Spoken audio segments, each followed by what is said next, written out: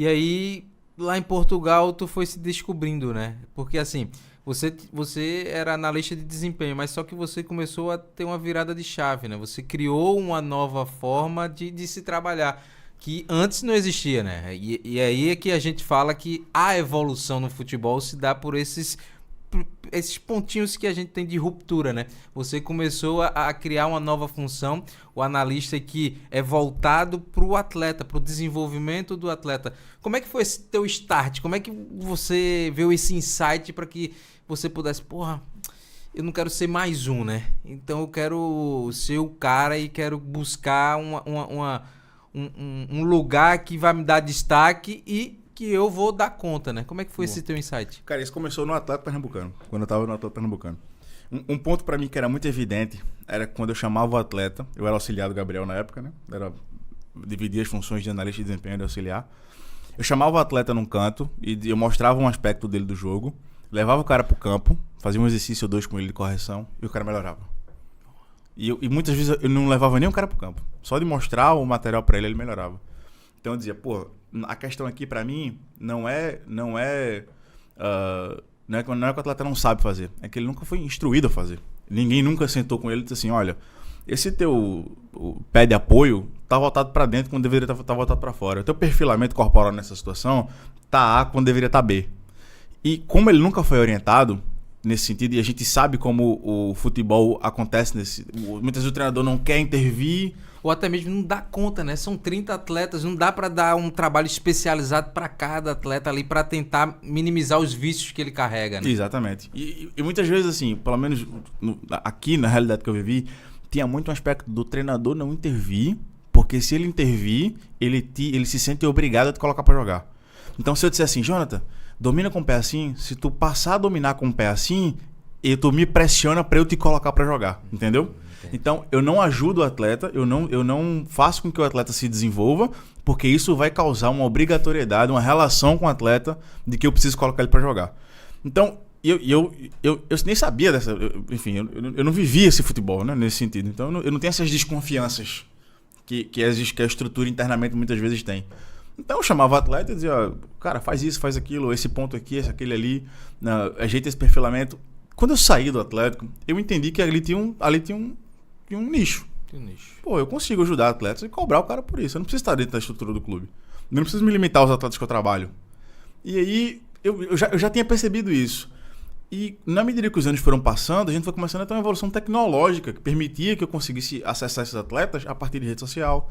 Então, pô, o cara que joga no Flamengo, o cara que joga no Corinthians, pra mim que estava em Recife, ele já não era mais tão inacessível. Porque eu já conseguia entrar em contato com ele no Instagram, já conhecia alguém que seguia ele, que conseguia fazer a ponte para mim. Então eu comecei a abordar ali os atletas, comecei a trocar uma ideia com alguns atletas de nível competitivo mais baixo. E aí eu comecei a fazer um serviço com R$200, R$300, R$400. Um trabalho. Depois virou uma mensalidade. Pô, me paga uma mensalidade de R$250. E eu disse, cara, isso aqui tá pouco. E aí eu fui, até que chegou um momento que eu disse assim, não, isso aqui de fato é um... E isso maturou durante uns anos. Isso aqui de fato é uma saída, né? Então, pô, você precisa batizar essa parada aqui. Como é que chama isso daqui? O Vicente, o meu sócio, é que chama de consultor tático, né? Eu chamava de analista tático individual.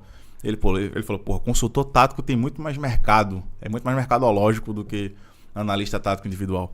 E aí eu comecei a ter uma carteira de atletas para atender já a grande maioria de atletas de nível competitivo mais baixo, atletas de base, na época. Mas já cobrando R$800 por mês, R$1.000 por mês. Já comecei a ter ali 10, 12 atletas para atender. Já comecei a ter analistas de desempenho que me procuravam para me pagar uma espécie de mentoria para que eu ensinasse eles a trabalhar com aquilo quando eu fui para Portugal. Então eu percebi que tinha uma demanda ali. E eu também comecei a estudar as bases daquilo. Peraí, o que é que... Eu percebi de maneira empírica que se eu ajudasse o atleta melhorava. Será que tem algum estudo científico sobre isso aqui? Será que tem alguma base científica que me alicerça para que eu consiga fazer uma intervenção mais embasada? E existia, né? E aí a gente começa a entrar num debate um pouco mais teórico sobre o atleta que ele entende mais do jogo, o atleta que aumenta o nível de conhecimento declarativo, ele aumenta a capacidade de execução dele, ele aumenta a capacidade de conhecimento processual ou procedimental, como que você chama, dependendo da referência da literatura. Então, Ou seja, era uma saída profissional. Eu percebi ali uma saída profissional. Ou seja, eu tive um start ali, não só um start, mas também uma percepção de algo antes que todo mundo, talvez. E isso pra mim foi super importante. Porque aí você foi pioneiro, né? E aí, claro, você vai ter as dificuldades, mas também vai ter as benesses que o pioneirismo também te dá. E aí eu queria entrar um pouco mais a fundo nessa questão do teu primeiro contato, né, ali com os atletas. Porque a gente sabe que naquele momento a tática ainda não estava naquele nível de, vamos dizer assim, difusão, né? Hoje o debate é muito maior, né? A gente vê nacionalmente isso em todas as redes, pessoas querendo consumir esse tipo de conteúdo. Mas ali naquele momento não era tanto. Você tinha uma realidade lá em Portugal que era muito maior. Você via ali o mainstream, né? As redes sociais, a televisão debate muito isso. Mas aqui não. Ainda mais no nível, por exemplo, ali de Série D, Série C, por exemplo. Como é que foi esse teu primeiro contato, né? Pra quebrar essa barreira, mostrar que, aqui, por exemplo, se tu fizer um domínio com a perna esquerda, utilizar mais a tua perna esquerda, tu vai aumentar o teu repertório de jogo, tu vai criar uma indefinição pro adversário, tu vai gerar mais possibilidades e vai conseguir ser mais efetivo. Como é que era esse contato com os atletas inicialmente? Os primeiros atletas que eu atendi foram atletas que eu já trabalhava, né, em algum contexto, seja em contexto de academy, seja em contexto de clube. Mas a escala disso, né, o crescimento em relação a isso daí, se dava muito pelo resultado que eu conseguia mostrar com o atleta que eu já tinha atendido. Então, eu já tinha transformado o Jonathan em um jogador melhor. Eu usava, e isso aí era hoje eu sei que isso é uma estratégia comercial, mas na época era muito intuitivo. Então, eu pegava o Jonathan... Usava como portfólio, como portfólio, né? Dizer, o Jonathan ele estava no ponto A, eu levei ele para o ponto B. Olha como ele melhorou. Então, quando eu abordava um novo atleta, eu usava o Jonathan de referência, assim, né? De exemplo para aquele novo atleta. E isso ajudava muito. Uma outra coisa que eu também fazia de maneira intuitiva ali era mostrar que ele estava abraçando um conhecimento, vamos dizer assim, uma estratégia, uma possibilidade antes que todo mundo.